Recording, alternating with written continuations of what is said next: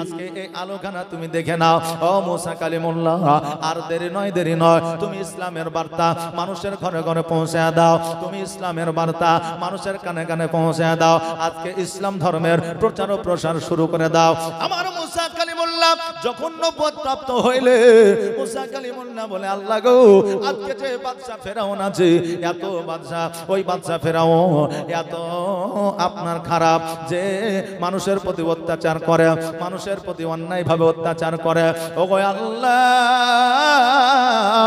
আমি একাই মুসা কালিমুল্লাহ, আমার সন্তানের নাম হচ্ছে, আমার ভাইয়ের নাম হলো হারুন। আল্লাহ গো, আমার ভাইকে তুমি হেদায়েত করো, আমার ভাইকেও তুমি নবুয়ত প্রাপ্ত করো।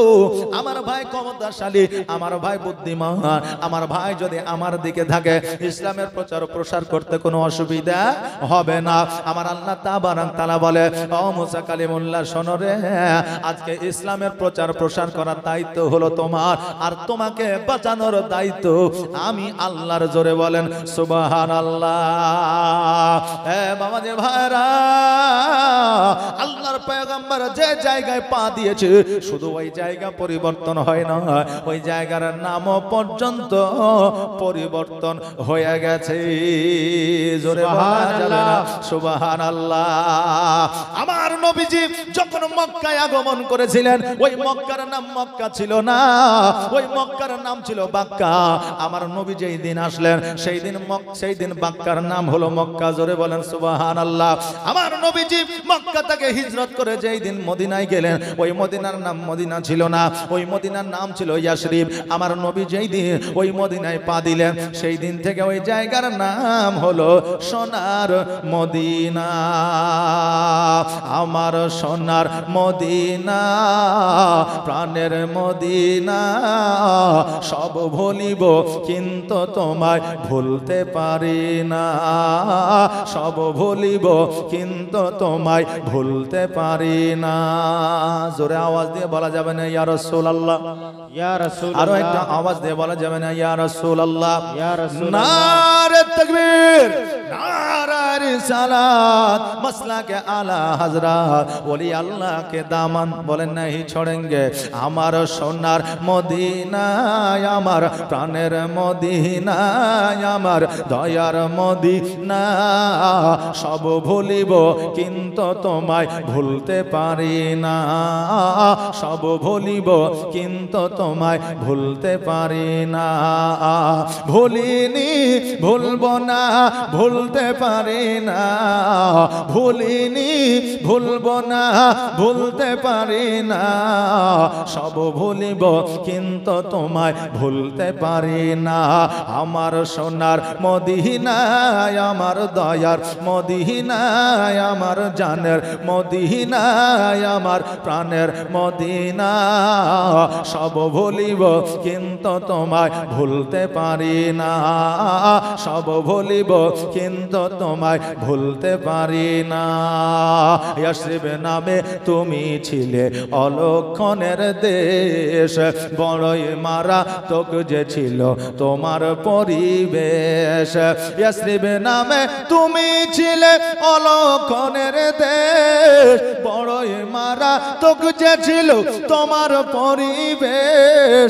আমার নবীর ছোঁয়া পেয়ে সোনার মদিনা, নবীর ছোঁয়া লেগে তুমি সোনার মদিনা, সব ভুলিব কিন্তু তোমায় ভুলতে পারি না। আমার সোনার মদিনায়, আমার দয়ার মদিনায়, আমার জানের মদিনা, সব ভুলিব কিন্তু তোমায় ভুলতে পারি না। আমার আল্লাহ তাবারাক তাআলা বললেন, হে মুসা কালিমুল্লাহ, আজকে ইসলামের প্রচার ও প্রসারের দায়িত্বখানা আমি আল্লাহ তোমাকে দিয়েছি। আজকে তোমার প্রাণ রক্ষাকারী আমি আল্লাহ। জোরে বলেন সুবহানাল্লাহ। মুসা কালিমুল্লাহ বললেন, আল্লাহ গো, আজকে যদি ইসলামের প্রচার ও প্রসার করার জন্য আমার প্রাণ যদি দিতে হয়, প্রাণ যদি বিলীন করতে হয়, আমি মুসা কালিমুল্লাহ রাজি আছি। বাবাজি ভাইরা, আমার আল্লাহ তাবারাক তাআলা বললে, মুসা কালিমুল্লাহ তুমি যখন তোমার ভাইকে চাও, তুমি যখন তোমার ভাইকে সঙ্গে চাও, আমি আল্লাহ ওই হারুনকে আমি হেদায়েত করে দিয়া আমি তোমার সঙ্গী বানিয়ে দিলাম। জোরে বলেন সুবহানাল্লাহ। প্রত্যেকটা পয়গম্বর একটা একটা করে লোক আপনার সঙ্গে পেয়েছে, কারণ ইব্রাহিম আলাইহিস সালামের সঙ্গে সব চাইতে কাছের মানুষ ছিল হযরত ইসমাঈল আলাইহিস সালাম। আমার দয়ার নবী, মায়ের নবী সাল্লাল্লাহু তাআলা আলাইহি ওয়াসাল্লাম সব চাইতে কাছের মানুষ ছিলেন হযরত আবু বকর সিদ্দিক রাদিয়াল্লাহু তাআলা আনহু। হযরত মুসা কালিমুল্লাহ সব চাইতে কাছের মানুষ ছিলেন হারুন আলাইহিস সালাম। জোরে বলেন সুবহানাল্লাহ। আমার আল্লাহ বললেন, হারুনকে আমি তোমার সঙ্গে দিয়ে দিলাম, আমি আল্লাহ হেদায়েত করে নিলাম। কারণ আল্লাহ যাকে হেদায়েত করেন সেই হেদায়েতের পথটা পেয়ে যায়, আর আল্লাহ যাকে হেদায়েত করে না সে কিয়ামত পর্যন্ত হেদায়েতের পথ পাই না। ও বাবাজি ভাইরা, তাই সময় থাকতে নিজের জীবনটা পরিবর্তন করুন। এমন একটা সময় আসবে যেই সময় আপনি চাইবেন নামাজ পড়তে, কিন্তু নামাজ পড়তে পারবেন না। এমন একটা সময় আসবে যেই সময় চাইবেন আপনি রোজা রাখতে, কিন্তু রোজা রাখতে পারবেন না। এমন একটা সময় আসবে যেই সময় আপনি চাইবেন মানুষকে দান খায়রাত করতে, কিন্তু আপনি দান খায়রাত করতে পারবেন না। অতএব এখনো সময় আছে, জীবনকে পরিবর্তন করুন। আর জীবন পরিবর্তন হইলে আল্লাহ হেদায়াত করবে। জোরে বলেন সুবহানাল্লাহ। আমার মুসা কালিমুল্লাহ আলাইহিস সালাম সঙ্গে সঙ্গে বিবিকে লইয়া আপনার মিশরের বুকে হাজির হইলেন। আর মিশরের বুকে হাজির হইয়া ফেরাউনের বাড়িতে প্রবেশ করলেন। ফেরাউনের বাড়িতে প্রবেশ করিয়া ফেরাউনকে ডাক দিয়া বলে, হে জালিম বাদশা, হে ফেরাউন, তুমি শুনে নাও, শুনে নাও, আজকে মানুষের প্রতি যেইভাবে তুমি অত্যাচার করো, এই অত্যাচার তুমি বন্ধ করে দাও, এই অত্যাচার বন্ধ করে দাও।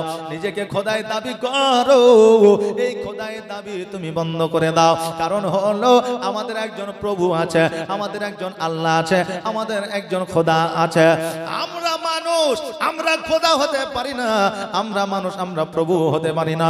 অতএব আমাদের আল্লাহ খোদাই আছে, অতএব আল্লাহকে এক বলে মানো। কারণ আল্লাহ তাবারাক তাআলা এই জমিন দিয়েছে আমাদের বিছানা স্বরূপ, আসমান দিয়েছে আমাদের ছাদ স্বরূপ, গাছপালা দিয়েছে আমাদের অক্সিজেন স্বরূপ। অতএব আল্লাহ আমাদের আছে, আল্লাহকে তুমি মানো আর কালেমা তুমি পড়ে নাও। মুসা কালিমুল্লাহ যখন এই কথা বললে, এইদিকে ফেরাউন রাগান্বিত হইয়া চোখ দুটোকে লাল করিয়া ফেরাউন বলল, এ মুসা, আজকে আমি তোমাকে লালন পালন করে বড় করেছি, আজকে তোমাকে আমি কতল করি না, আজকে এই দিনটাকে দেখার জন্য। মুসা কালিমুল্লাহ বলল, ও ফেরাউন শোনো, আজকে আমাকে লালন পালন করে বড় করেছে এটা ঠিকই, কিন্তু তুমি যে অন্যায় করো, তুমি যে মানুষের প্রতি অত্যাচার করো, এই অত্যাচার, এই অন্যায় আমি মুসা কালিমুল্লাহ আল্লাহর পয়গম্বর, এটা আমি কখনো কোনোদিন সহ্য করব না। অতএব তুমি ইসলামের পথে আসো আর কালেমা তুমি পড়ে নাও, নিজেকে পরিবর্তন করো, নিজেকে সোজা পথের প্রতীক বানায় নাও। ফেরাউন বললে, মুসা কালিমুল্লাহ আমি হলাম খোদা, আমার কথাই শেষ কথা, আল্লাহ বলে কেউ না। যদি তোমার আল্লাহ থাকে বলো, বলো, আজকে আল্লাহর সঙ্গে আমি ফেরাউন যুদ্ধ ঘোষণা করলাম। জোরে বলেন নাউজুবিল্লাহ। ফেরাউন বলল, আমি আল্লাহর সঙ্গে যুদ্ধ ঘোষণা করলাম, তোমার আল্লাহকে নিয়ে এসো, তোমার আল্লাহর সঙ্গে আমি যুদ্ধ করব। মুসা কালিমুল্লাহ বললে, এ ফেরাউন শোনো রে, আজকে আল্লাহর সঙ্গে তো যুদ্ধ করা দূরের কথা, আমি মুসা, আমার সঙ্গে তুমি যুদ্ধ করো। ফেরাউন বলল, তুমি তো একাই, তোমার তো সঙ্গ নাই, তোমার তো দলবল নয়, তুমি কেমন করে আমার সঙ্গে যুদ্ধ করবে? বলে, আমি মুসা কালিমুল্লাহ আমি একাই তোমার সঙ্গে যুদ্ধ করব। আমার সঙ্গে যদি পেরে যাও, আমার আল্লাহর সঙ্গে যুদ্ধ করবে। ফেরাউন বলল, ঠিক আছে, দিন দাও, ডেট দাও। মুসা কালিমুল্লাহ বললেন, আমার সময় নয়, আমার দিনে নয়, আমার ডেটে নয়, তুমি সময় করো, তুমি দিন করো, তুমি সময় বার করো, তুমি যেই সময় যুদ্ধ করতে বলবে আমি মুসা কালিমুল্লাহ সেই সময় যুদ্ধের জন্য রেডি আছি, প্রস্তুত আছি।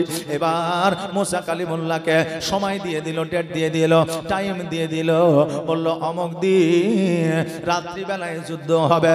মুসা কালিমুল্লাহ বললেন, রাত্রিবেলায় হবে না, দিনের বেলায় করে, কারণ রাত্রিবেলা আমার কোনো ক্ষয়ক্ষতির কথা ভাবছি না, তবে জনসাধারণ জনসমাজ যারা আছে তাদের হয়তো ক্ষয়ক্ষতি হয়ে যাবে, অতএব তাদের দিকে চিন্তা ভাবনা করিয়া রাত্রিবেলায় যুদ্ধ হবে না, দিনের বেলায় যুদ্ধ হবে।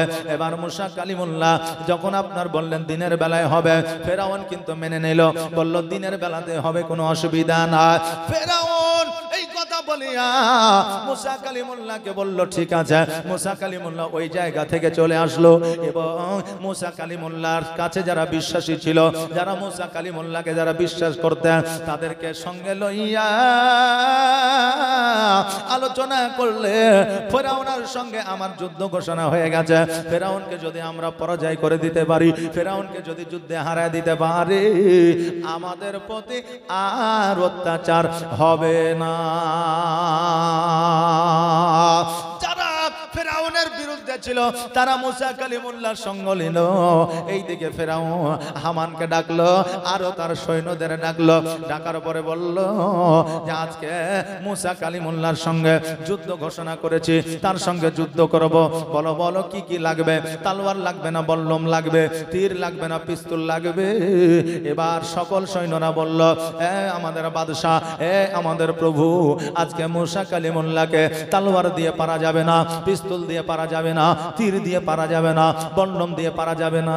কারণ হলো মুসার মধ্যে এমন অলৌকিক দৃশ্য আছে, ওই অলৌকিক দৃশ্যতেই আমাদেরকে হারায়া দিবে। ফেরাউন বলল, তবে আমারও কি কম লোক আছে নাকি? দেখো দেখো পৃথিবীর আনাচে কানাচে খোঁজ নাও, যারা সব চাইতে মস্ত বড় জাদুকর, ওই জাদুকরকে তুমি ডেকে নিয়ে আসো। ওই জাদুকরের দ্বারা মুসা আলাইহিস সালামকে জব্দ করে দেব। মুসা পারবে না, পারবে না, সকলকে তুমি, সকল জাদুকরকে তুমি ডেকে নিয়ে আসো, আর ওই জাদুকরের মাধ্যম দিয়া মুসা আলাইহিস সালামের সঙ্গে আমরা যুদ্ধ করব।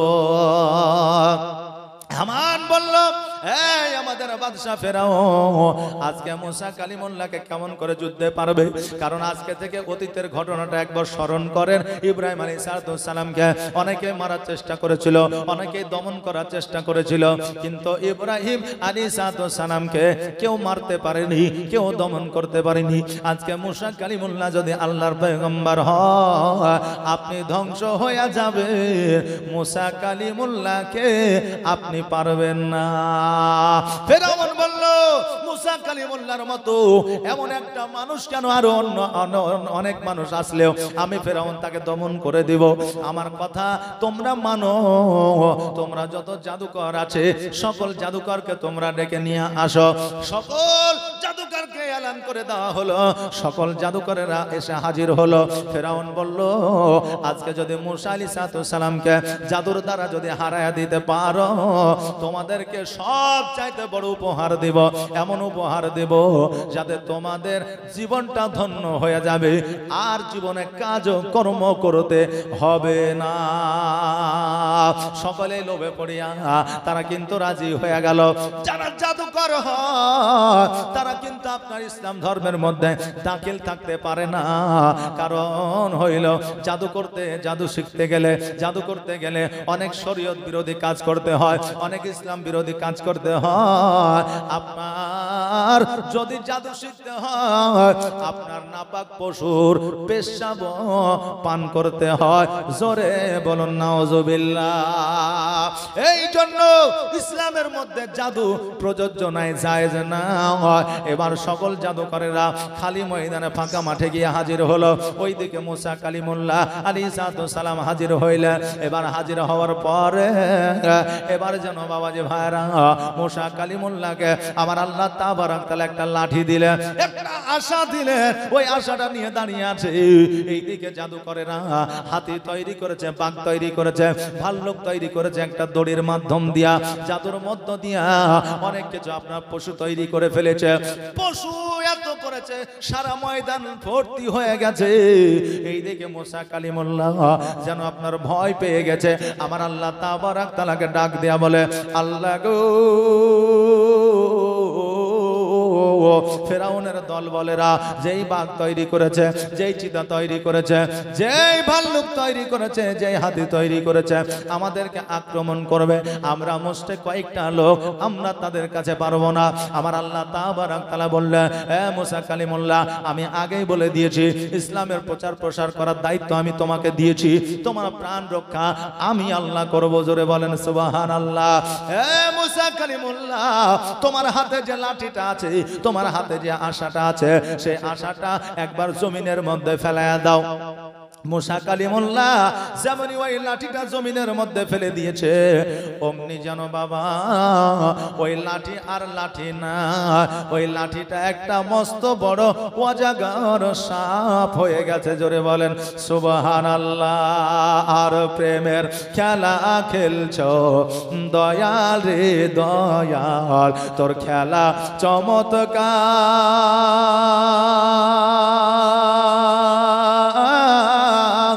আর না পাকে মানুষ বানায়া আমি লাইছবা যার রে।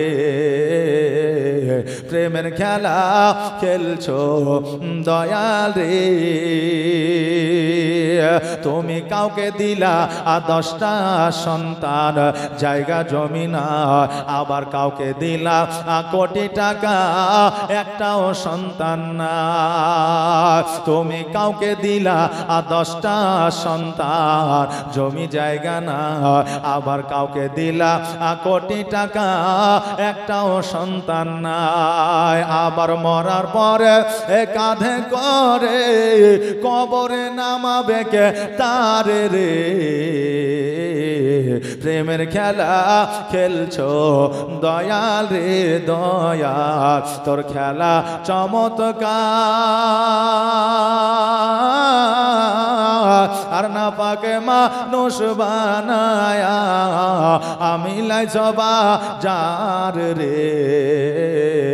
প্রেমের খেলা খেলছো দয়াল রে, তুমি কারো কলি যাই আগুন দিলা, মা বাবা কেড়ে নিয়া, আবার কারো করিলা চির দুঃখী সন্তান লাশ বানায়া, আবার কাউকে তুমি কান্দাও দয়াল মনের মানুষ কেড়ে নিয়া, আবার কাউকে অল্প বয়সে রাখলে তুমি আবিদ বাবা নায়া রে। প্রেমের খেলা খেলছো দয়াল রে দয়াল, তোর খেলা চমৎকার, আর না পাকে মানুষ বানায়া আমি লাইছবা যার রে। প্রেমের খেলা খেলছো দয়াল রে। আল্লাহুম্মা সাল্লাল্লাহু মাওলানা মুহাম্মদ ওয়া আলা আলি সাইয়্যিদিনা মাওলানা মুহাম্মদ সাল্লাল্লাহু আলা মুহাম্মাদিন সাল্লাল্লাহু আলা মুহাম্মাদ হরদম জবান শনি গালো পাক নামে মুহাম্মদ হরদম জবান শনি গালো সফিআনা মুহাম্মদ। আমার মুসা আলাইহিস সালাম যখনই আপনার লাঠিটা ফেলে দিয়েছে, অমনি যেন একটা মস্ত বড় অজগর সাপে পরিণত হয়ে গেছে। যেমনই অজগর সাপে পরিণত হয়ে গেছে, অমনি যেন বাবা ওই অজগর সাপটা দ্রুত বেগে ছুটে আগিয়ে গিয়ে ওই বাঘ ভাল্লুক হাতি যত যাবতীয় যাহা কিছু ছিল সব কিছুকে আপনার গ্রাস করে নিয়েছে, অর্থাৎ খেয়ে নিয়েছে। খেয়ে নেওয়ার পরে ওই জাদুকর গুলোকে অজাগর সাপে বলতেছে, আর কিছু আছে কি বল, থাকলে পারে দে, আমি একাই তাদের ভক্ষণ করে নিব। জোরে বলেন সুবহানাল্লাহ। এত বড় অলৌকিক দৃশ্য যখন ওই জাদুকরেরা দেখলো, তখন যেন বাবা সবাই ভয়ে ওই জায়গা ছেড়ে পালায় গেল। আর ফেরাউন ওই জায়গা থেকে চলে গেল, ওই জায়গায় হেরে গেল। হেরে যাওয়ার পরে এবার ফেরাউন বাড়িতে যাওয়ার পরে মুসা আলাইহিস সালামকে কিভাবে জব্দ করতে হবে, তাকে কেমন করে হারাতে হবে, এই পরিকল্পনা সে শুরু করে দিল। এইদিকে মুসা আলাইহিস সালাম উনি যেন বাবা আবার ভয় করতেছে, এত বড় সাপ আমি কেমন করে ধরবো, এত বড় সাপকে আমি কেমন করে সামলাবো। আমার আল্লাহ তাবারাক তাআলা ডাক দেয়া বলে, আরে মুসা ভয় করিও না, ভয় করিও না, যে লাঠিটা তুমি ফেলায় দিয়েছ আবার পুনরায় ওই সাপের গায়ে হাত দিয়ে দাও, আবার পুনরায় লাঠি হয়ে যাবে।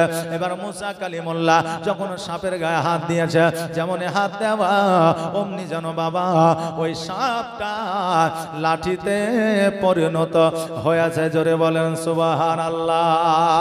পয়গম্বররা যে অলৌকিক দৃশ্য দেখা, ওই অলৌকিক দৃশ্যটাকে বলা হয় মুজিজা। আর আল্লাহর ওলিরা যেটা দেখায় সেটা হলো কারামাত। জোরে বলেন সুবহানাল্লাহ। তবে মুজিজা কারামত সবাই দেখতে পায় না, সবার নসিবে লেখা থাকে না। আল্লাহর ওলির কারামাত সবাই দেখতে পায় না, আর আল্লাহর নবীর মুজিজা সবাই দেখতে পায় না। এটা হচ্ছে একটা ভাগ্যের ব্যাপার। আল্লাহ তাবারাক তাআলা দেখবেন জগতের মধ্যে না আপনার মানুষ আর জিন তৈরি করেছে, জি ইনসান আর জিন। এই জিন কি আপনারা সবাই দেখতে পান? পাওয়া যায়। কিন্তু জিন জগতে আছে না নাই? আছে। এটাকে যদি আমরা অবিশ্বাস করি তাহলে আমরা মুসলমান থেকে খারিজ হয়ে যাব। জি, কারণ আল্লাহ কোরআন শরীফে বলেছেন যে জিন ও ইনসানকে আমি তৈরি করেছি। অতএব বাবা এই জিনকে যেমন সবাই দেখতে পায় না, যার নসিবে তকদিরে আছে সেই একমাত্র দেখতে পায়, যার নসিবে তকদিরে নাই সে দেখতে পায় না। ঠিক তেমনি আপনার কারামাত সবার নসিবে নাই, সবাই কারামাত দেখতে পায় না। যার তকদিরে যার নসিবে আল্লাহ লিখে দিয়েছে সেই একমাত্র আল্লাহর ওলির কারামাত দেখতে পাই। জোরে বলেন সুবহানাল্লাহ। এই মুজিজা মুসা কালিমুল্লাহ যখন দেখালেন, মুসা কালিমুল্লাহ দেখানোর পরে এবার যখন বাড়িতে গেলেন, বাড়িতে যাওয়ার পরে বিবিকে সব ঘটনা খুলে বললেন। বিবিকে সব ঘটনা খুলে বলার পরে বিবিও যেন একটু ভয় পেয়ে গেলেন, কারণ আতঙ্কিত ঘটনা বিবিকে আসিয়া যখন বলবেন, সবাই যা সব বিবি আপনার ভয় পাবে না। একদিন জালসা করে আমি চলে আসছি, যশিতলা পার হয়ে পিডব্লিউ মোড়ের মিডিলে একটা বড় গেট বলে একটা জায়গা আছে, বড় রেল গেট বলে একটা জায়গা আছে। ওই জায়গাতে যখন আসছি এই চার চাকা নিয়ে, আপনার মোটামুটি 5 থেকে 6টা মোটরসাইকেল ম্যান দুটো করে আছে, ঘেরাও করে নিয়েছে। রাত তখন 2টা। এবার আমার তো 4 চাকা আছে, অসুবিধা নাই। আমি দেখলাম যে যার যা হবে হোক, আমি কিন্তু গাড়ি থেকে নামবো না। আমি যখন গাড়ি আবার পাওয়ার বাড়িয়ে দিলাম, তারা মোটরসাইকেল নিয়ে সামনের দিকে আগিয়ে গেল, কারণ তাদের গাড়ি স্টার্টই ছিল। কথা বুঝলেন না? তো ওই ঘটনাটা যখন এসে বাড়িতে বললাম, তখন সবাই একটু ভয় পেল যে খবরদার রাস্তায় দেখে শুনে চলবা, একটু সতর্ক হয়ে থাকবা। এটা আমার ক্ষেত্রে না, সবার ক্ষেত্রে, তাই না বাবা? সবার ক্ষেত্রে। অতএব আতঙ্কিত ঘটনা বাড়িতে বললে সবাই আতঙ্কিত হবে। এখন আপনার স্বামী আর স্ত্রীর মধ্যে এমন মহব্বত, বুঝলেন, লোক দেখানো, অন্তরে কিন্তু মহব্বত খুব কম। কথা কি বুঝতে পারছেন? অন্তরে মহব্বত খুব কম। এখন লোক দেখানো, আপনি যদি বলেন আমার খুব পেটে লাগছে, আমার খুব অসুবিধা হচ্ছে, তখন বলবে তাই নাকি, তোমার পেটে লাগছে, বলে হ্যাঁ পানি খাও ভালো হয়ে যাবে। জি, পানি খাও ভালো হয়ে যাবে। তবে স্বামীর যে একটু সেবার দরকার আছে, একটু খিদমতের দরকার আছে, সারা দিন পরিশ্রম করেছে, এই খিদমতে কিন্তু যাবে না। মৌলভী সাহেব বলেছে স্বামীর পায়ের তলে স্ত্রীর জান্নাত। সঙ্গে সঙ্গে একজন মেয়ে উঠে বাড়িতে গেছে, যাওয়ার পরে স্বামীর পায়ের তল খুঁড়তে আরম্ভ করেছে। এখন স্বামী বলছে হ্যাঁ রে, ওরা হার মাজারে জালসা হয়েছে আর তুই আমার পায়ের তল খুঁড়ছিস, কারণটা কি? এখন স্ত্রী বলছে তুমি শুয়ে আছো, শুয়েই থাকো, তুমি বেশি জানার চেষ্টা করিও না, না হলে খবর আছে। এখন স্বামী বলছে তাই তো, এখন তো তোদেরই পাওয়ার, লক্ষ্মী ভান্ডারের মালিক তুই, স্বাস্থ্য সাথের মালিক তুই, রেশন কার্ডেরও মালিক তুই, আমাদের মুখ্যমন্ত্রীও মেয়ে ছেলে, অতএব তোর যেমন যাই তুই তাই কর, আমি আর কিছু বলছি না। এখন এক মাজা খুঁড়ার পরে যখন এলে গেছে তখন চুপ করে বসে আছে। স্বামী বলছে হারে জরিনার মা, বল না কিসের জন্য এই আমার পায়ের তল খুঁড়ছিস? বলছে আর বলিও না, মৌলভী সাহেব বললো যে স্বামীর পায়ের তলে জান্নাত, তাই আমি খুঁড়তেছি আজকে, যতক্ষণ পর্যন্ত জান্নাত না দেখবো অতক্ষণ পর্যন্ত আমি এই খুঁড়া বন্ধ করব না। এখন স্বামী বলছে খেপি কোথাকার, খুঁড়ে কি আর জান্নাত পাওয়া যাবে? খুঁড়ে কি আর জান্নাত দেখতে পাবি? আমার পাখানা একটু টিপে দে তো জান্নাত পাবি। বিবি বলছে ওইরকম জান্নাতের দরকার নাই, ও কষ্ট করে খুঁড়িয়া জান্নাত দেখবে কিন্তু স্বামীর সেবা করে জান্নাত নিবে না। তো এইরকম বিবি জগতের মধ্যে আছে না নাই? আছে। এই আমার মা বোনেরা, আমার দয়ার নবী মায়ার নবী সাল্লাল্লাহু তাআলা আলাইহি ওয়াসাল্লাম বলেছে, হ্যাঁ আমার উম্মতিরা, তোমার স্বামী যখন সারা দিন পরিশ্রম করে কাজকর্ম করে বাড়িতে আসবে, বাড়িতে আসার পরে যখন রাত্রি বেলায় নিদ্রায় থাকবে, যখন ঘুমায়া থাকবে, ওই স্বামীর মাথাটা যদি একবার টিপে দাও, হাত পাটা যদি একবার টিপে দাও, আমার আল্লাহ তাবারাক তাআলা তোমার জন্য জাহান্নামকে হারাম করে দিবে। জোরে বলেন সুবহানাল্লাহ। অতএব স্বামীর সেবা নারীদের সব চাইতে বড় একটা আমল। অতএব আমল থেকে যদি বিরত থাকে কিয়ামতের দিন জান্নাত নসিব হবে না। মুসা কালিমুল্লাহ যখন এই কথাই খবর বললেন, বলার পরে বিবি একটু আতঙ্কিত হইলেন। হওয়ার পরে মুসা কালিমুল্লাহ রাত্রিবেলায় বিছানায় শুয়ে আছে, আর বিছানায় শুয়ে শুয়ে মনে মনে ভাবছে, আল্লাহ গো, আজকে যে আমাকে এত ক্ষমতা এত পাওয়ার দিয়েছ, এই ক্ষমতা এই পাওয়ার জগতে মনে হয় আর কেউ পায়নি। এখন হঠাৎ করে দেখবেন যদি কেউ একটা সিমেন্টের বস্তা ছেড়ে একাই মাথায় নিয়ে লাই, তো ও মনে করে যে গোটায় পৃথিবীকে ছেড়ে নিব, নাকি বলেন? এরকম মানুষ আছে না নাই? আছে। তো মুসা কালিমুল্লাহ চিন্তা করছে যে এত পাওয়ার যদি আমার লাঠিতে থাকে, আল্লাহ যদি দেয় তো সব পাওয়ার মনে হয় আমাকে দিয়েছে, আর মনে হয় অন্য কাউকে দেয় নাই। তো মনের খবর আল্লাহ জানে কি জানে না? অন্তরের খবর আল্লাহ জানে। আল্লাহ বলছে, মুসা আজকে তুমি আত্ম অহংকার করছো যে তোমাকেই আমি সব ক্ষমতা দিয়েছি, তো তোমার চাইতো ক্ষমতাশালী লোক জগতের মধ্যে আছে। মুসা কালিমুল্লাহ বলে, আল্লাহ আমি ওই মানুষটাকে দেখতে চাই, আমি ওই মানুষটাকে দেখতে চাই। আল্লাহ বললেন এক কাজ করো, আগামী কালকে তুমি খাবার দাবার নিয়ে একটা মাছ নিয়ে সেই মাছটাকে রান্না করে নিয়ে তুমি নদীর পারে, নদীর ধার ধার তুমি চলতে লাগবে, এবং নদীর ধার ধার চলতে চলতে দেখবে যে ওই মাছটা যখন তোমার ঝুলিতে তোমার ব্যাগে থাকবে না, তখন জেনে নিবে যে এই জায়গাতে একজন মানুষ আছে, আর ওই জায়গাতে সেই মানুষটাকে তুমি দেখে নিবে যে মানুষটা কি পর্যায়ে আছে, তাকে আমি আল্লাহ কত জ্ঞান এবং কত বুদ্ধি দিয়েছি। বাবাজি ভাইরা, আমার মায়েরা, আজকে জগতের মধ্যে এখনো আল্লাহর কিছু পয়গম্বর এখনো পর্যন্ত হায়াতে আছে, এখনো পর্যন্ত তাদের জান কবজ হয় নাই। তবে কোন কোন পয়গম্বরের জান কবজ হয় নাই এটা কি আপনারা জানেন? তুলে দে আর হেলা করিস না ও মাঝি, নৌকা ছেড়ে দে আর হেলা করিস না, ছেড়ে দে নৌকা মাঝি যাব মদিনা, ছেড়ে দে নৌকা মাঝি যাব মদিনা। মক্কায় নবী এলো মায়া মিনার ঘরে, হাসিলে হাজার মানিক কাঁদিলে মুক্তা ঝরে। জোরে বলেন সুবহানাল্লাহ। মক্কায় নবী এলো মায়া মিনার ঘরে, হাসিলে হাজার মানিক কাঁদিলে মুক্তা ঝরে। দয়ার নবী যার সহায় দয়ার নবী যার সঙ্গায় তার কিসের ভাবনা ছেড়ে দে নৌকা মাঝি যাব মদিনা ছেড়ে দে নৌকা মাঝি যাব মদিনা ও মাঝি পাল তুলে দে ও মাঝি নৌকা ছেড়ে দে আর হেলা করিস না ছেড়ে দে নৌকা মাঝি যাব মদিনা ছেড়ে দে নৌকা মাঝি যাব মদিনা। আর একটা বাবা মার 1000 হবে না, তাহলে দুইটা জোড়া হয়ে যায় তো। আর আমাদের মার 2টা 500 টাকা বাকি আছে, 2টা মা, তাহলে 5টা হয়ে যাবে। একটু চটজলদি তাড়াতাড়ি করে আসেন না, তাহলে 5টা হয়ে গেলে আমি আপনাদেরকে বলে দিয়ে যাব।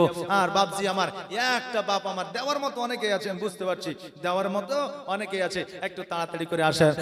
বাবাজি ভাইরা, আজকে আমাদের থাকা সত্ত্বেও আমরা হাত আগাচ্ছি না, কাল কিয়ামতের দিনে আমরা জবাব দিতে পারবো না।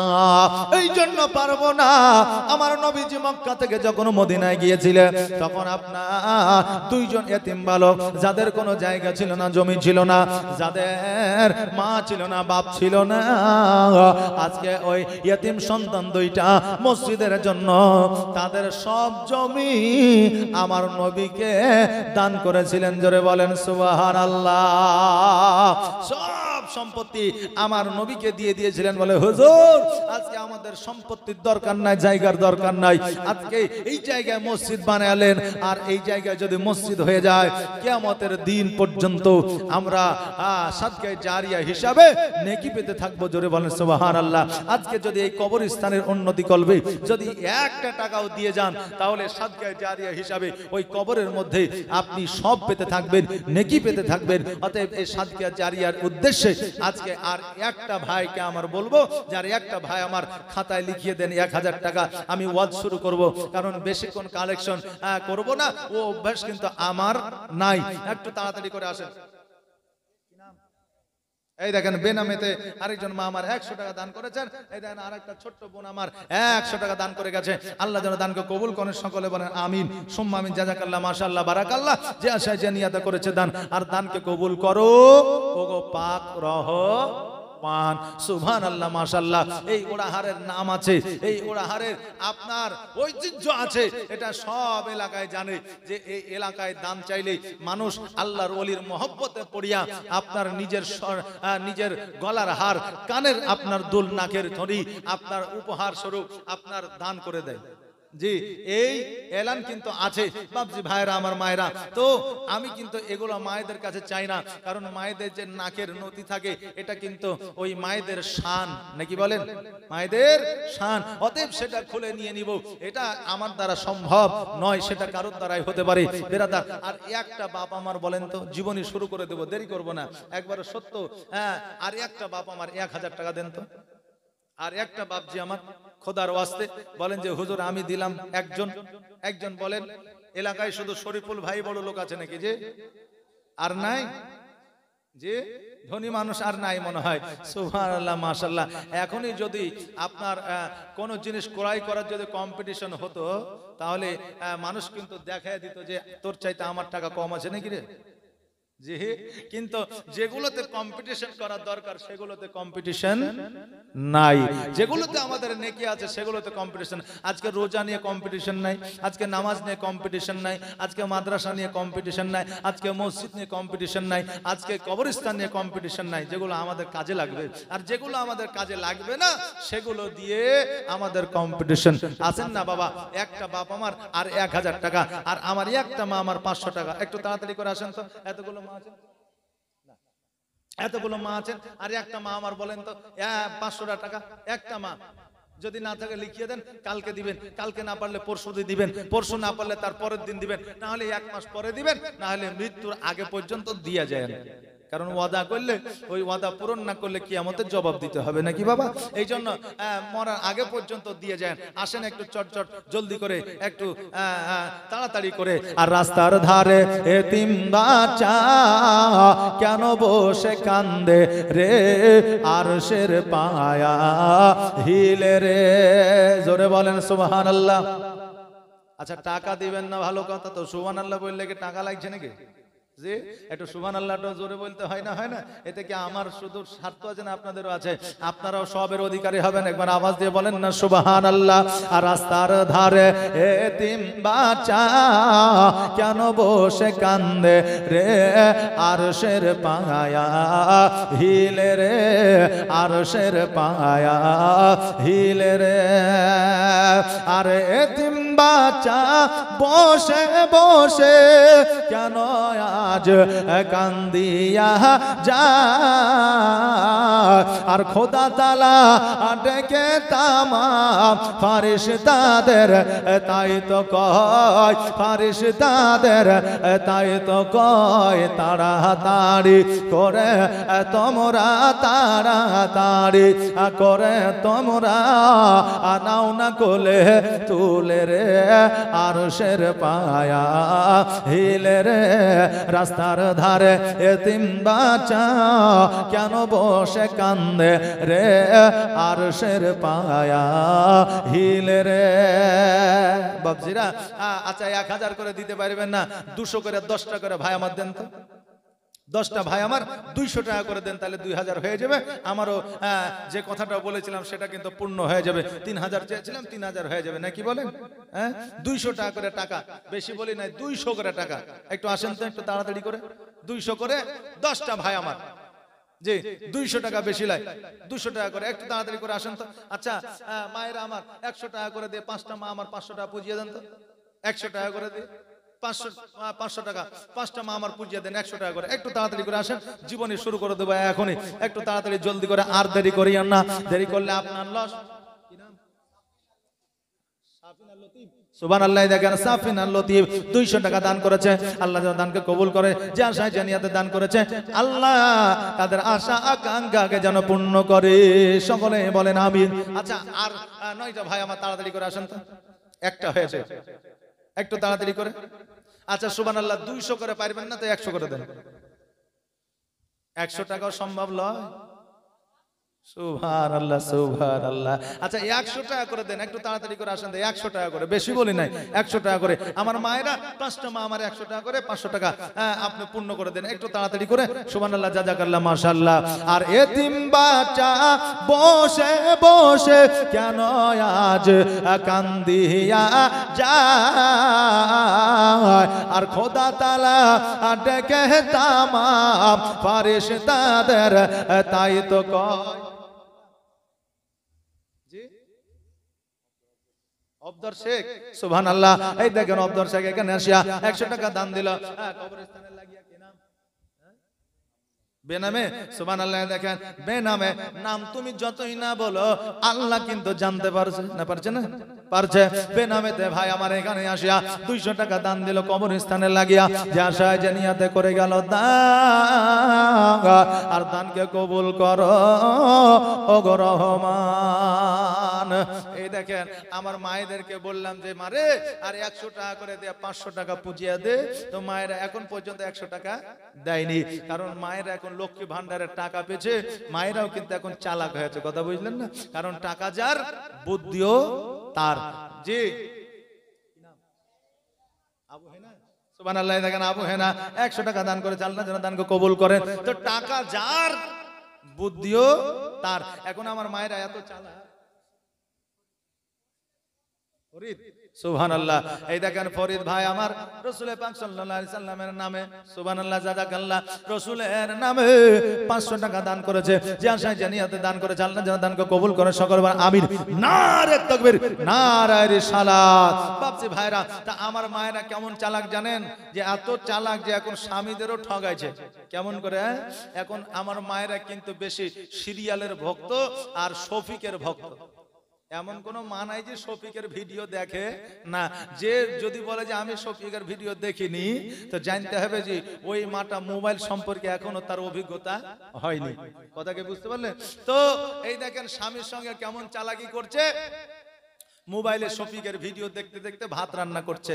এই ভাত রান্না করতে করতে এইদিকে ভিডিওর দিকে মন চলে গেছে, এইদিকে ভাত তলে লেগেছে, পুড়িয়ে গেছে। যখন গন্ধ করছে তখন দেখছে আরে ভাত তো পুড়ে গেল। তাড়াতাড়ি করে মোবাইল বন্ধ করে ভাতের মাঠটা পাশাইয়া এবার দেখছে যে ভাত তো পুড়ে গেছে, গন্ধ করছে, ভাত তো ফেলাইয়া দেওয়া যাচ্ছে না। আর এই ভাত যদি স্বামীকে দিই তো স্বামীও তো আমাকে রাখবে না। অতএব কি করা যায় চিন্তা ভাবনা করে ও মনে মনে ভাবছে যে আমি একজন মহিলা মানুষ, আমার 36টা কলা আছে, আর স্বামীর কাছ থেকে আমি হার মেনে নিব তাই হয়। এবার ভাবছে স্বামী মাঠে থেকে এসেছে, স্বামীকে খেতে দিয়েছে। স্বামী বলছে রহিমের মা ভাত পুরা পুরা গন্ধ করছে কেন? তো বিবি বলছে যে তুমি মূর্খ, তো সারা জীবন মূর্খই থেকে গেলে। বলছে মূর্খ মানে? তো বলছে জীবনে কোনোদিন তান্দুরি রুটি খেয়েছো? বলে ভগবান গলায় কত খাইলাম। তো তান্দুরি রুটি পুরা থাকে না আর পুরা পুরা গন্ধ করে না? বলছে করে। তো খেতে ভালো লাগে না? লাগে না? বলছে ভালো লাগে। তো তান্দুরি রুটি তুমি খেয়েছো, আজকে তান্দুরি রাইস অর্থাৎ তান্দুরি ভাত খেয়ালো। আজকে আদর করে বহু যত্ন করে তোমার জন্য তান্দুরি রাইস বানিয়েছি। এখন স্বামী দেখছে তাই তোর বিবি আমার কষ্ট করে তান্দুরি ভাত বানিয়েছে, আর না খাওয়া কি হয়? 4টা লঙ্কা আর 2টা আপনার পেঁয়াজ দিয়ে একবারে 2 মিনিটে মারি দিলে। কথা বুঝলেন না? তা আমার মায়েরাও কিন্তু চালাক হয়েছে। বেশি চালাক হলে এই লক্ষ্মী ভান্ডারের টাকা পাওয়ার পরে বাবজি ভাইরা ওই মায়েদেরকে বলবো, মারে আজকে স্বামীর সঙ্গে ইয়ারকি করা, ফাজলামি করা শরীয়ত মোতাবেক জায়েজ। অতএব স্বামীর সঙ্গে ইয়ারকি করিও, অন্য পরপুরুষের সঙ্গে নয়। আমি মাকে বলবো, মা আর 5টা মা 100 করে টাকা একটু তাড়াতাড়ি করে দিয়ে যান, আপনাদের জন্য খাস করে আমি দোয়া করে দিয়ে যাবো ইনশাআল্লাহ। একটু তাড়াতাড়ি করে 500টা টাকা 100টা করে। আর একটা মা আমার যদি দেয় তাহলে তো অতি ভালো, নাকি বলে? আর একটা মা যদি যায়, আর রাস্তার ধারে এতিম বাচ্চা, একটু তাড়াতাড়ি, আর রাস্তার ধারে এতিম বাচ্চা কেন বসে কান্দে রে, আরশের পায়া হিলে রে। আর রাত পোহালো দিন ফুরালো, আর তো সময় না, আর নাই গো পিতা আর নাই গো মাতা, কোথায় গেলে মোরা অশান্তি পাই, কোথায় গেলে মোরা অশান্তি পাই। থাকুতো যদি পিতা মাতা, থাকুতো যদি পিতা মাতা, দুঃখ যেতাম ভুলে রে, আরশের পায়া হিলে রে।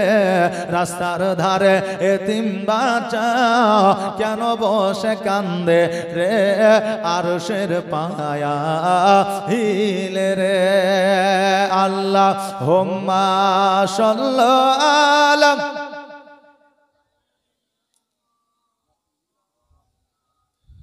মুহাম্মাদ ওয়া আলা আলি সাইয়্যিদিনা মাওলানা মুহাম্মাদ সাল্লাল্লাহু আলা মুহাম্মাদিন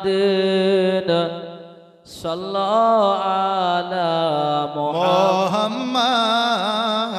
हर जान ज़बान से निकालो पाक नामे मुहम्मद हरदम, हर जान ज़बान से निकालो असफी आना मुहम्मद सल्लल्लाहु अलैहि वसल्लम। এই দেখেন একটা মা আমার 100 টাকা দিয়েছে, 4টা মা বাকি আছে।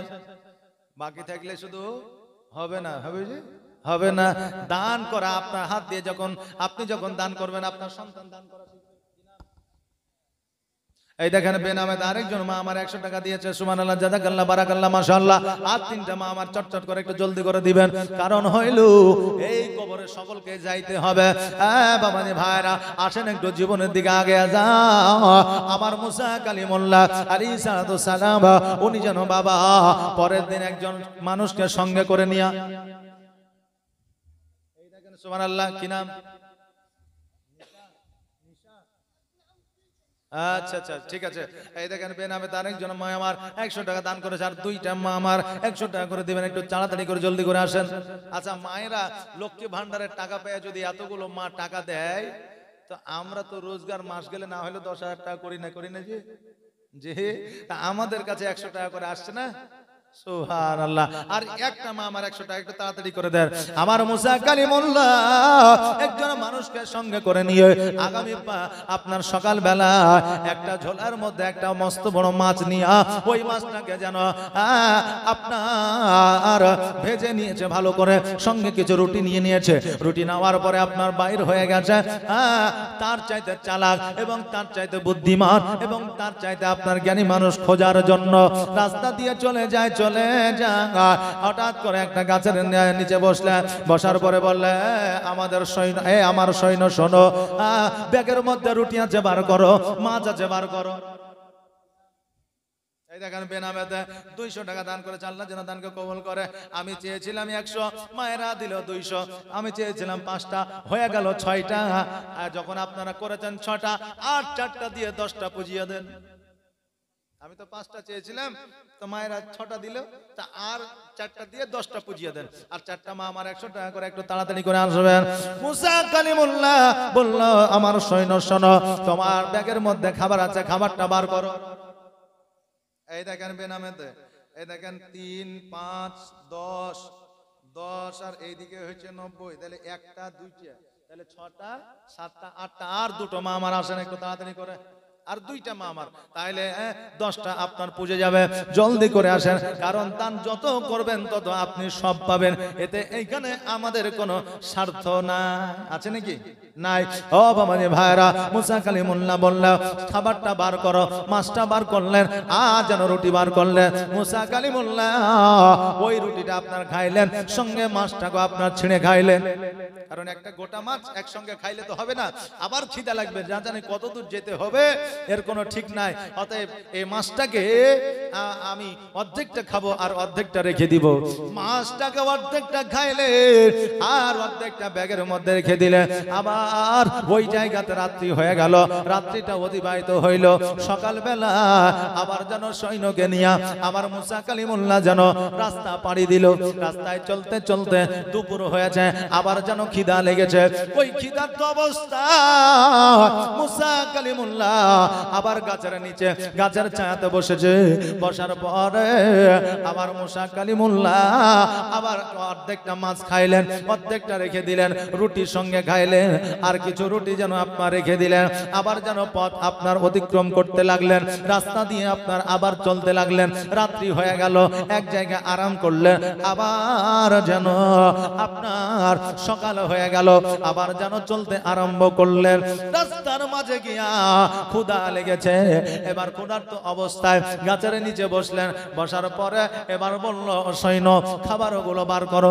এবার খাবার যখন বাহির করছে, রুটি আছে কিন্তু মাছ আর দেখা যায় না। মুসা কালিমুল্লাহ বলল সৈন্য আজকে যে মাছটা আমি রেখেছি তুমি কি সেই মাছটা খেয়েছ? সৈন্য বললেন না হুজুর, আপনি যেইভাবে দিয়েছেন সেইভাবে মাছটাকে আমি রেখে দিয়েছি হুজুর গো। তবে এই মাছ তো পড়বেও না, কারণ ব্যাগের মধ্যে ঢুকানো আছে।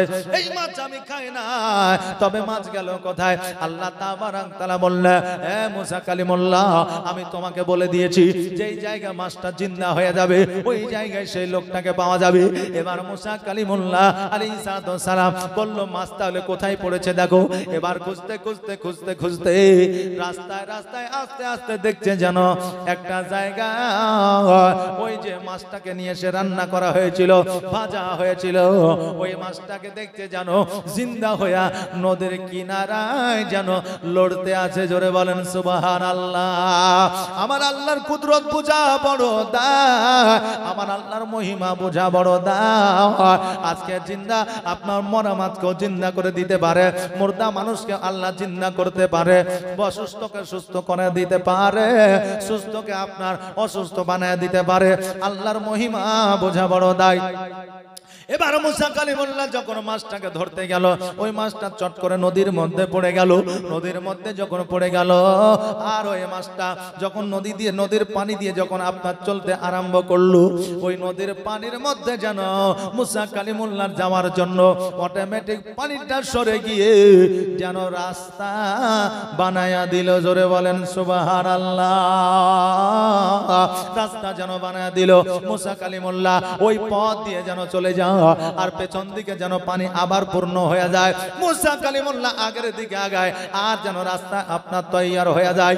এবার মধ্য রাস্তায় এবং যখন নদীর মধ্যস্থলে পৌঁছে গেলেন, পৌঁছে যাওয়ার পরে পানির মধ্যে যেন একজন নুরানিময় চেহারাওয়ালা একজন মানুষকে বসে থাকতে দেখা যায়। আর দূর থেকে আমার মুসা কালিমুল্লাহ সালাম দিলেন, আসসালামু আলাইকুম। ওয়ালাইকুম সালাম। আপনার সালামের উত্তর দিলেন। এবার মুসা কালিমুল্লাহ ওই মানুষটার পাশে বসলে।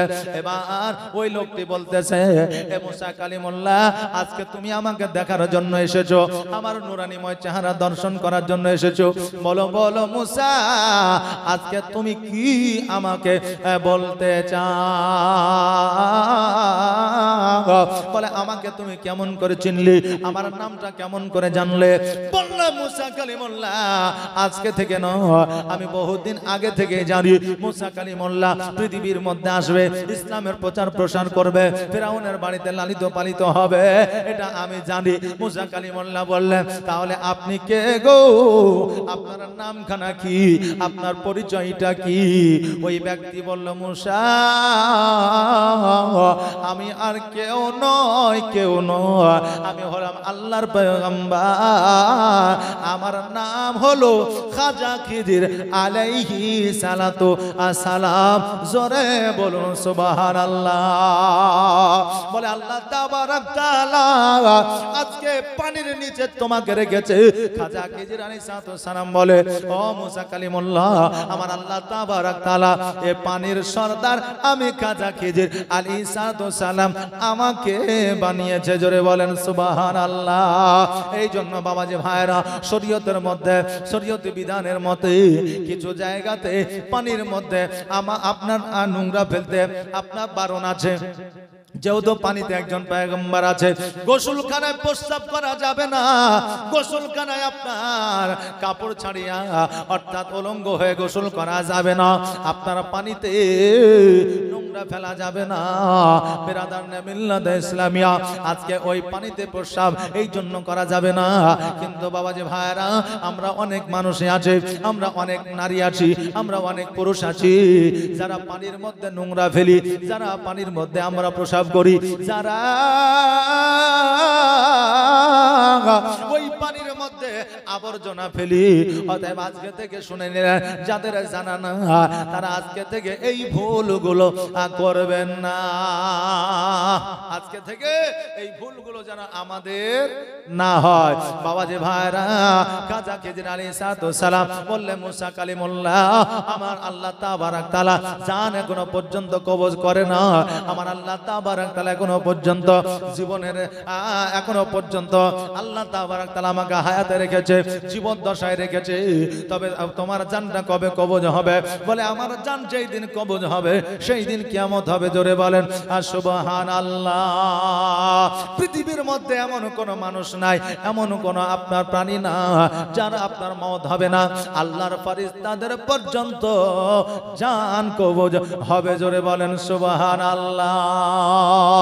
ও বাবাজি ভাইরা, আমার মায়েরা, ওই মুসা কালিমুল্লাহ হযরত খাজা খিজির আলাইহিস সালামকে যখন দেখলে, দেখার পরে আল্লাহ তাবারাক তাআলা শুকরিয়া আদায় করলেন আর বললেন, আল্লাহ গো, আজকে এই খাজা খিজির আলাইহিস সালামকে এত পাওয়ার যদি তুমি দাও, তাহলে না জানি তুমি কতটা পাওয়ারফুল। জোরে বলেন সুবহানাল্লাহ। মুসা কালিমুল্লাহ জানতে পারলেন, বুঝতে পারলেন যে আমার চাইতে ক্ষমতাশীল জগতে মানুষ আছে, আমার চাইতে বুদ্ধিমান জগতের মধ্যে আছে, আমার চাইতে শক্তিশালী জগতের মধ্যে আছে। হ্যাঁ বাবাজি ভাইরা মায়েরা, আপনি যদি মনে করেন আমি সব চাইতে সেরা, এটা হলো ভুল ধারণা। কারণ আল্লাহ আপনার চাইতেও সেরা কাউকে বানিয়ে রেখেছে। জোরে বলুন সুবহানাল্লাহ। মুসা কালিমুল্লাহ ওই নদী থেকে আপনার উঠে রাস্তার ধার দিয়ে চলে আসছে। হঠাৎ করে একজন বড় লোক মানুষ, ধনী মানুষ বলতেছে, এ মুসা কালিমুল্লাহ, তুমি নাকি আল্লাহর পয়গম্বর? বলে হ্যাঁ। বলে তুমি আল্লাহর পয়গম্বর? বলে হ্যাঁ। বলে তুমি যদি আল্লাহর পয়গম্বর হও তাহলে আল্লাহ তো তোমার কথা শুনবে? বলে অবশ্যই শুনবে। বলে আমি একটা বার্তা, একটা পয়গাম পাঠাতে চাই আল্লাহর দরবারে। বলে কি পয়গাম, কি চিঠি, কি লেটার বলো? বলে আমাকে আল্লাহ জমি দিয়েছে, জায়গা দিয়েছে, ধন দিয়েছে, সম্পদ দিয়েছে, টাকা দিয়েছে, পয়সা দিয়েছে, সব কিছু দিয়েছে, আমার আর কিছুরই প্রয়োজন নাই। অতএব আল্লাহ তাবারক তাআলাকে বারণ করে দাও আমাকে যেন আর সম্পদ না দেয়, আমাকে যেন আল্লাহ আর সম্পদ না দেয়। আচ্ছা বলেন, আজকে আমাদের এত সম্পদ থাকার পরেও আমরা কি কোনো সময় ভেবেছি বা কোনো সময় চিন্তাধারা করেছি যে আল্লাহ যেন আমাদের আর না দেয়? করেছি জি? করি নাই। মুসা কালিমুল্লাহ বললেন, আমি আল্লাহর কাছে পয়গাম পৌঁছে দিব, আপনার কথা আমি বলে দিব, আপনাকে যেন আল্লাহ তাবারক তাআলা আর যেন সম্পদ না দেয়, টাকা পয়সা, হীরা মণি মুক্তা যেন না দেয়। এই কথা বলে মুসা কালিমুল্লাহ রাস্তা দিয়ে চলে আসছে। হঠাৎ করে দেখছেন যেন একটা ফকির আপনার বসে ভিক্ষা করতে আছে, আর মুসা কালিমুল্লাহকে দেখে ডাক দেয়, হে মুসা আলাইহিস সালাম, আপনি নাকি আল্লাহর পয়গম্বর? বলে হ্যাঁ। বলে আমি একটা আল্লাহর কাছে বার্তা পাঠাতে চাই, আপনার মাধ্যম দিয়ে আল্লাহর কাছে পৌঁছাবে। মুসা কালিমুল্লাহ বললেন, কি বার্তা বলো, কি চিঠি, কি লেটার বলো? বলে আল্লাহ আমাকে যে গরিব বানিয়েছে, আল্লাহকে বলো আল্লাহ যেন আমাকে টাকা দেয়, পয়সা দেয়, সম্পদ দেয়। একজন টাকা লিব না বলছে, আর একজন লিব বলছে। জগতের মধ্যে এইরকম মানুষ আছে না নাই? জি। কেউ বলছে আহারে মাস্টারের চাকরি নিয়েছে, এর চাইতে ইঞ্জিনিয়ার চাকরি ভালো ছিল। যে ইঞ্জিনিয়ার হয়েছে সে বলছে আহারে মাস্টারের চাকরি ভালো ছিল। যে বিএসএফ হয়েছে সে বলছে পুলিশের চাকরি ভালো ছিল। যে পুলিশ আছে সে বলছে বিএসএফ এর চাকরি ভালো ছিল। যে আলেম হয়েছে সে বলছে যে আমার প্রফেসর হওয়া ভালো ছিল। যে প্রফেসর হয়েছে সে বলছে আলেম হওয়া ভালো ছিল। নাকি নিজের নিজের কর্ম, নিজের নিজের কাজ পছন্দ হয় না। কেউ রাজমিস্ত্রি হয়েছে, কেউ বলছে আমি যদি ঠিকাদার হইতাম, কেউ বলছে ঠিকাদার না হয়ে যদি রাজমিস্ত্রি হইতাম কমসে কম দিন গেলে 1000 টাকা কামাতাম, মাথায় হেডেক টেনশন থাকতো না। কত ঠিকাদার আপনার লস খেয়েছে, এবং কতজনা আপনার হিরো থেকে জিরো হয়ে গেল, হয়নি? হিরো থেকে জিরো হয়ে গেছে। ওই এখন ভাবে আমি যদি কাজই করে খেতাম তাহলে এই লসটা হয়তো আমার হইতো না। কথা কি বুঝতে পারছেন? তো এক একজনের এক এক রকমের চাহিদা, সব চাহিদা একই চাহিদা প্রত্যেকটা মানুষের মধ্যে আল্লাহ দেয় নাই। ওই ফকির বলতে আল্লাহর কাছে পয়গামটা পৌঁছে দাও যাতে আল্লাহ আমাকে টাকা দেয়, পয়সা দেয়। আমার আল্লাহ তাবারক তাআলার পরে আল্লাহ তাবারক তাআলা পয়গম্বর মুসা আলাইহিস সালাম বললেন, ঠিক আছে তোমার পয়গামটা পৌঁছায় দিব। এবার মুসা আলাইহিস সালাম বাড়িতে আসলেন। বাড়িতে আসার পরে মধ্যরাত্রিতে আল্লাহ দরবারে হাত দুখানা উঠায় দিয়েছে। যারা আল্লাহ ওয়ালা হয়, যারা মুমিন মুত্তাকিন সলিহিন হয়, আল্লাহর সঙ্গে কানেক্টেড করার জন্য একটা সময় আছে, যেই সময়টা হলো আপনার মধ্যরাত্রি। আমার দয়ার নবী বলেছে তাহাজ্জুদের নামাজ পড়ার পরে আল্লাহর দরবারে হাত দুখানা তুলে যেটা চাইবে আমার আল্লাহ তাবারক তাআলা বান্দা বান্দিকে সেটাই দিবে। জোরে বলেন সুবহানাল্লাহ। আমাদের আল্লাহর সঙ্গে কানেক্টেড করা একটা মাত্র সময় আছে, যেই সময়টা হলো মধ্যরাত্রি। মধ্যরাত্রি দোয়া আল্লাহর দরবারে দ্রুত কবুল হয়ে যায়। কিন্তু আজকে বর্তমানে আমরা মধ্যরাত্রি পর্যন্ত মোবাইল টিপব, ঠিক আছে, কিন্তু আল্লাহ ইবাদত করব না। রাত জাগতে পারি না, কিন্তু 12টা পর্যন্ত মোবাইলে সিরিয়াল আর ফেসবুক দেখতে পারি, অসুবিধা হয় না। চোখে দেখতে পাওয়া যায় না, কিন্তু মোবাইল দেখলে আমরা চোখে ঠিকই দেখতে পাই। একজন বলছে যে আমি চোখে সেরকম কিছু দেখতে পাই না, তাই আরেকজন বলছে যে এই আকাশের উপরে যে যেটা দেখা যাচ্ছে ওটা কি বলতো, তো বলছে ওটা সূর্য। তোকে বলছে হ্যাঁ রে খেপা, এর চাইতে দূরের জিনিস আর কি দেখবি? এর চাইতে দূরের জিনিস আর কি দেখবি? অত দূরে সূর্য আছে তাই দেখতে পাচ্ছিস, আর বলছি কাছের জিনিস দেখতে পাচ্ছি না। তো এইরকম ব্যাপার আমাদের হয়ে গেছে যে আমরা উপাসনা করে রাত্রি অতিবাহিত করতে চাই না, কিন্তু মোবাইলের মাধ্যম দিয়ে আমরা রাত্রিটি অতিবাহিত করতে চাই। রাত্রিবেলায় ঘুম ইবাদত, কর্ম আমাদের ইবাদত। বাবজি ভাইরা, ঘুমটা আমাদের ইবাদত এই জন্য যে আমাদের শরীরের ভালাই আছে, যেটাই আমাদের শরীরের ভালাই সেটাতে আমাদের ইবাদত আছে। জোরে বলেন সুবহানাল্লাহ।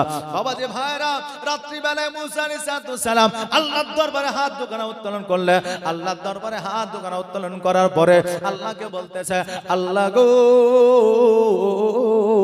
তোমার একজন বান্দা বলেছে টাকা পয়সা ধন সম্পদ যেন আমাকে না দেয়, তোমার আল্লাহকে তুমি বারণ করে দাও। আমার আল্লাহ তাবারক তাআলা বললে, হে মুসা কালিমুল্লাহ, যে বলেছে টাকা দিতে পয়সা দিতে ধন সম্পদ দিতে বারণ করেছে, তাকে বলে দাও যেন আমার শুকরিয়া আদায় করা বন্ধ করে দেয়। আমার শুকরিয়া আদায় করা যদি বন্ধ করে দেয়, আমি আল্লাহ তাকে সম্পদ দেওয়া বন্ধ করে দিব। মুসা আলাইহিস সালাম বলে, আল্লাহ গো, আরো একজন বান্দা বলেছে তার কাছে টাকা নাই পয়সা নাই, তাকে যেন টাকা দেওয়া হয়, পয়সা দেওয়া হয়, এই পয়গাম আপনার কাছে দিতে বলেছে। আমার আল্লাহ বলে, মুসা তুমি ওই ফকিরকে বলে দাও সে যেন আমার শুকরিয়া আদায় করতে লাগে, সে যেন আমার প্রশংসা শুরু করে দেয়। আমার প্রশংসা শুরু করলে আমি আল্লাহ তাকে সম্পদ দেওয়া শুরু করব। জোরে বলেন সুবহানাল্লাহ। সকালবেলা মুসা কালিমুল্লাহ ওই পথ দিয়ে আবার চলতে আরম্ভ করেছে, কারণ পয়গামটা তাদের মধ্যে পৌঁছে দিতে হবে। কারণ দায়িত্ব নিলে দায়িত্ব পালন করতে হয়, না হয় না? যে দায়িত্ব নিলে দায়িত্ব পালন করতে হয়। আজকে দেখবেন বাবাজি ভাইরা, আজকে কারো 12 ঘন্টা ডিউটি, কারো 10 ঘন্টা ডিউটি, কারো 8 ঘন্টা ডিউটি। ডিউটি শেষ, তার কর্ম শেষ, তার আর দায়িত্ব না। কিন্তু এমন একটা ডিউটি আছে যে ডিউটিটা 24 ঘন্টা করতে হয়, 24 ঘন্টায় তাদের দায়িত্ব। সেই ডিউটিটার নাম হলো ইমামতি। সেই ডিউটিটার নাম হলো ইমামতি। কারণ হলো যে ইমামতি ডিউটিটা এমনই যে রাত্রিবেলায় যদি বাচ্চা কারো কাঁদে, তো ওই বাচ্চাটাকেও ফুঁক দেওয়ার জন্য ইমামকে উঠে আসতে হয়, নাচতে হয় না, আসতে হয়। না হলে ইমামের বাড়িতে গিয়ে বা ইমামের হুজরাখানায় গিয়ে বলে, হুজুর এইরকম অসুবিধা, একটু ফুঁক দিয়ে দেন তো। এখন ও যদি বলে যে রাত্রিবেলায় বাড়িতে যাও, এখন হবে না, হ্যাঁ সময় নাই, এই কথা যদি বলে, তো ও আবার চক্রান্ত করবে যে ইমামকে যেন তাড়ানো হয়, যে এই ইমামকে যেন তাড়ানো হয়, চক্রান্ত শুরু করে দিবে। এই বেরাদার, যার বাড়িতে পাওয়ার খাটে না, যার বাড়িতে কোনো কথা খাটে না, তা সে কিন্তু মসজিদে গিয়ে কথা খাটানোর চেষ্টা করে। পেটের উপরে উঠে গিয়ে আলিফ বের হবে না, সে আবার ইমাম সাহেবের ভুল ধরে, যে সে আবার ইমাম সাহেবের ভুল ধরে। বাবজি ভাইরা, আমাদের বর্তমানে এমন একটা জায়গায় আমরা পৌঁছে গেছি যে মূর্খ মানুষ জ্ঞান দিচ্ছে আর জ্ঞানী মানুষ চুপ করে বসে আছে। এটা হচ্ছে কিয়ামতের আলামত। কথাকে বুঝতে পারলেন? এটা হচ্ছে কিয়ামতের আলামত। হ্যাঁ আমার বাবাজি ভাইরা মায়েরা, মুসা কালিমুল্লাহ রাস্তা দিয়ে চলতে লাগলেন, ফকিরকে দেখতে পাইলেন।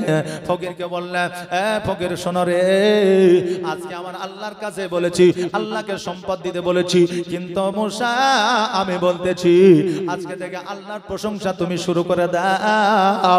আল্লাহর প্রশংসা শুরু করলে আল্লাহ তোমাকে সম্পদ দেওয়া শুরু করবে।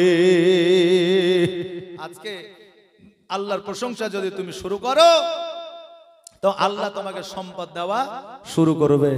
এখন ফকির বলছে যে আমি যে আল্লাহর প্রশংসা করব, তো কি নিয়ে প্রশংসা করব? কারণ আল্লাহ তো আমাকে কিছুই দেয়নি। এই যে পোশাকটা পরে আছি, পোশাকটাও ছেঁড়া। আমি যে থালটা নিয়ে আছি, থালটাও ফোটা। আমি যে বাড়ি ঘর করবো, তো বাড়ি ঘরেরও জায়গা নাই। তা আমি যে প্রশংসাটা করব, তো কিসের প্রশংসা করব? আমার দ্বারা প্রশংসা হবে না, তুমি যাও। আমার মুসা আলাইহিস সালাম বললেন যে তোমার দ্বারা যদি প্রশংসা না হয়, তো আল্লাহ তোমাকে সম্পদ দিবে না। আমার মুসা আলাইহিস সালাম ওই জায়গা থেকে ওই ধনী লোকের কাছে গেল। যাওয়ার পরে বলে, ও পয়সা ভাড়া লোক, শোনো গো, আমার আল্লাহ তাবারক তাআলার কাছে আমি তোমার পয়গাম পৌঁছে দিয়েছি, তোমার চিঠি পৌঁছে দিয়েছি। আল্লাহ তাবারক তাআলা বলেছে তুমি নাকি বেশি বেশি আল্লাহর প্রশংসা করো, আজকে থেকে আল্লাহর প্রশংসা বন্ধ করে দাও, আমার আল্লাহ তোমাকে সম্পদ দেওয়া বন্ধ করে দিবে। জোরে বলেন সুবহানাল্লাহ। ওই ব্যক্তি বলে মুসা কালিমুল্লাহ আজকে আল্লাহ আমাকে সম্পদ দেখ আর না দেখ, আমার সম্পদ দুর্ভিত হয়ে যাক, আমাকে আল্লাহ টাকা পয়সা দেখ আর না দেখ, আমি আল্লাহর প্রশংসা করিয়া যেই সুখ যে শান্তি আমি পাই ওই সুখ ও শান্তি আমি ছাড়তে চাই না। অতএব আজকে থেকে কেন কিয়ামত পর্যন্ত আমার আল্লাহর প্রশংসা আমি বন্ধ করব না, কারণ আমি আল্লাহর প্রশংসা বন্ধ করলে আমার মনে শান্তি আমি পাবো না। আমার সোনার মদিনা, আমার প্রাণের মদিনা, আমার দয়ার মদিনা, আমার কলিজার মদিনা, যেই মদিনায় শুয়ে আছেন হাবিবে রব্বানা, আমার জানের মদিনা, আমার প্রাণের মদিনা, আমার দয়ার মদিনা, আমার সোনার মদিনা। মদিনা এমনই একটা জায়গা যেই জায়গায় মানুষ গেলে তার দিলটা শীতল হয়ে যায়, অন্তরটা শীতল হয়ে যায়। আর মদিনায় যদি নবীর রওজা দর্শন হয়ে যায় তো তার জীবনের সকল গুনাহ খাতা মাফ হয়ে যায়। জোরে বলেন সুবহানাল্লাহ। তাই কবি বলছে আমার সোনার মদিনা, আমার প্রাণের মদিনা, আমার দয়ার মদিনা, আমার কলিজার মদিনা, যেই মদিনায় শুয়ে আছে হাবিবে রব্বানা, আমার জানের মদিনা, আমার প্রাণের মদিনা, আমার দয়ার মদিনা, আমার কলিজার মদিনা। কত হাজি হজ করিতে গেল গো মদিনাতে, কত হাজি হজ করিতে গেল গো মদিনাতে, তবু মদিনা দেখে, তবু মদিনা দেখে হাজিদের জান ভরে না। আমার সোনার মদিনা, আমার প্রাণের মদিনা, আমার দয়ার মদিনা, আমার কলিজার মদিনা, যেই মদিনায় শুয়ে আছেন হাবিবে রব্বানা, আমার জানের মদিনা, আমার প্রাণের মদিনা, আমার দয়ার মদিনা, আমার সোনার মদিনা। আল্লাহুম্মা সাল্লাল্লাহু সৈয়দিনা মৌলানা মুহাম্মদ ওয়ালা আলে সৈয়দিনা মৌলানা মুহাম্মদ সাল্লাল্লাহু আলা মুহাম্মাদিন সাল্লাল্লাহু আলা মোহাম্মদ হরদম জবান সে নিকালো পাক নামে মোহাম্মদ হরদম জবান সে নিকালো শফি আনা মোহাম্মদ। এ বাবানে ভাইরা, আমার মুসা আলাইহিস সালাম এই কথা বলার পরে ওই জায়গা থেকে একটু আগিয়ে গেলে দেখছেন যেন নদীর ধারে একজন জেলে যেন আপনার মাছ ধরতেছে, একজন জেলে মাছ ধরছে। এবার মুসা আলাইহিস সালামকে দেখার পরে বলল, এ মুসা কালিমুল্লাহ, তুমি নাকি আল্লাহর পয়গম্বর? বলে হ্যাঁ। তুমি যদি আল্লাহর পয়গম্বর হও, আমিও জাল ফেলেছি নদীতে, আমি যদি মাছ পেয়ে যাই জানবো আমার আল্লাহ সঠিক, আর তুমি জাল ফেলাবে, তুমি যদি মাছ পেয়ে যাও তাহলে তোমার আল্লাহ সঠিক।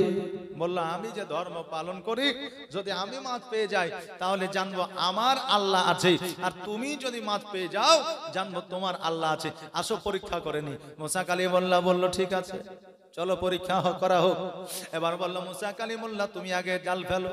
এবার মুসা কালিমুল্লাহ নদীর মধ্যে জাল ফেলবেন, আর যেমন জাল ফেলা, জালটাকে যখন টেনে উঠাইতে আছেন দেখছেন যেন ওই জালে একটা মাছ না। এবার ওই কাফের বেদিন যেন মিচকে হাসি দিয়ে বলল, মুসা কালিমুল্লাহ তোমার খোদা না, এই জন্য মাছ আসে নাই। এবার আমি জাল ফেলাই, দেখো এবার যখন ওই জেলে যখন আপনার জালটা ফেলাইলো একটা মস্ত বড় মাছ উঠে আসলো। ওই জালে মুসা কালিমুল্লাহকে বলতেছে, দেখো তোমার আল্লাহ নাই, আমার আল্লাহ আছে, এই জন্য আমি মাছ পাইলাম, তুমি মাছ পাইলা না। মুসা কালিমুল্লাহ আল্লাহর দরবারে হাত দোকানে তুলে বলে, আল্লাহ গো এত বড় পরীক্ষায় আমাকে ফেলবার করলে আর ওই কাফেরকে পাস করালে কারণটা কি? আমার আল্লাহ বলে, হে মুসা কালিমুল্লাহ আমি জগতের মধ্যে আমি মানুষকে পাঠিয়েছি যারা মুমিন হবে তাদের জন্য দুনিয়াটা জেলখানা, কষ্টদায়ক জায়গা, আর যারা কমিন হবে তাদের দুনিয়াটা আরামদায়ক জায়গা। যাদের দুনিয়া তো মুমিন যারা হবে তাদের জন্য দুনিয়াটা হচ্ছে জেলখানা, আর যারা কমিন হবে তাদের জন্য এই দুনিয়াটা হচ্ছে আপনার জান্নাত। বাপজি ভাইরা, জগতের মধ্যে আমাদের ইসলাম ধর্মের মানুষ যারা আছি আমাদের মধ্যে এত দুর্বলতা, এত ব্যর্থতা যে আমরা নিজেও এখনো পর্যন্ত নামাজ সহি এবং সঠিকভাবে পড়তে পারি নাই। তবে এত বুঝালেও বুঝে না, যেমন জিলাপি সোজা হয় না, আমাদের মানুষ কিছু আছে যারা সোজা সহজে হয় না। একজন জিলাপির দোকানে যাইয়া বলছে যে ভাই দুখান জিলাপি দেন তো, দুখান জিলাপি দিয়েছে, জিলাপি খেতে খেতে বলছে ভাই কতদিন ধরে জিলাপি ভাজছেন? বললো মোটামুটি 10-11 বছর থেকে। তো বলছে 10-11 বছর থেকে জিলাপি ভাজছেন আর জিলাপিটা সোজা করতে পারলেন না? এতদিন ধরে কাজ করছেন আপনি, জিলাপিটা সোজা করতে পারলেন না, বেঁকা তো বেঁকাই রেখে দিলেন। তো আমরা আলেম মানুষ, ইমাম মানুষ এত বক্তব্য রাখছি, মানুষ সঠিক পথে আসছে না, এরা জিলাপির মতো বেঁকা আছে, তো বেঁকা হয়েই থেকে গেছে। বাপজি শুধু জীবনী শুনলে হবে না, জীবনী শোনার পরে জীবনটাকে পরিবর্তন করতে হবে। কারণ এই জীবনী শোনার পরে জীবন পরিবর্তন যদি না করতে পারেন তাহলে আমাদের মতো হতভাগা আর জগতে কেউ রইল না, থাকবে না। অতএব আল্লাহ তাবারাক তাআলা যেন আমাদের জীবন পরিবর্তন করে তৌফিক ইনায়াত করেন। সকলে বলে আমিন সুম্মা আমিন। বাবাজি ভাইরা, ভোল্টেজ যে কারেন্টে যদি ভোল্টেজ যদি না থাকে দেখবেন লাইট ভালো দিবে না, দিবে জি দিবে না, টিপ টিপ করবে, জ্বলবে, বন্ধ হবে জি। আর ভোল্টেজ যদি ভালো থাকে তাহলে লাইটে এত লাইট দিবে যতটা তার পাওয়ার আছে, তাই কি না? লাইটের যতটা পাওয়ার আছে। তো বাপজি ভাইরা, শ্রোতা হলো আমাদের ভোল্টেজ আর আমরা বক্তা, আমরা হলাম লাইট। তো শ্রোতা যদি সঠিকভাবে না থাকে তাহলে বক্তার ভোল্টেজ কিন্তু বাড়ে না। বাপজি ভাইরা, আমার মায়েরা, বলার উদ্দেশ্য হলো এটাই যে জীবনকে পরিবর্তন করুন। আল্লাহ যেন সেই তৌফিক দান করেন। কাল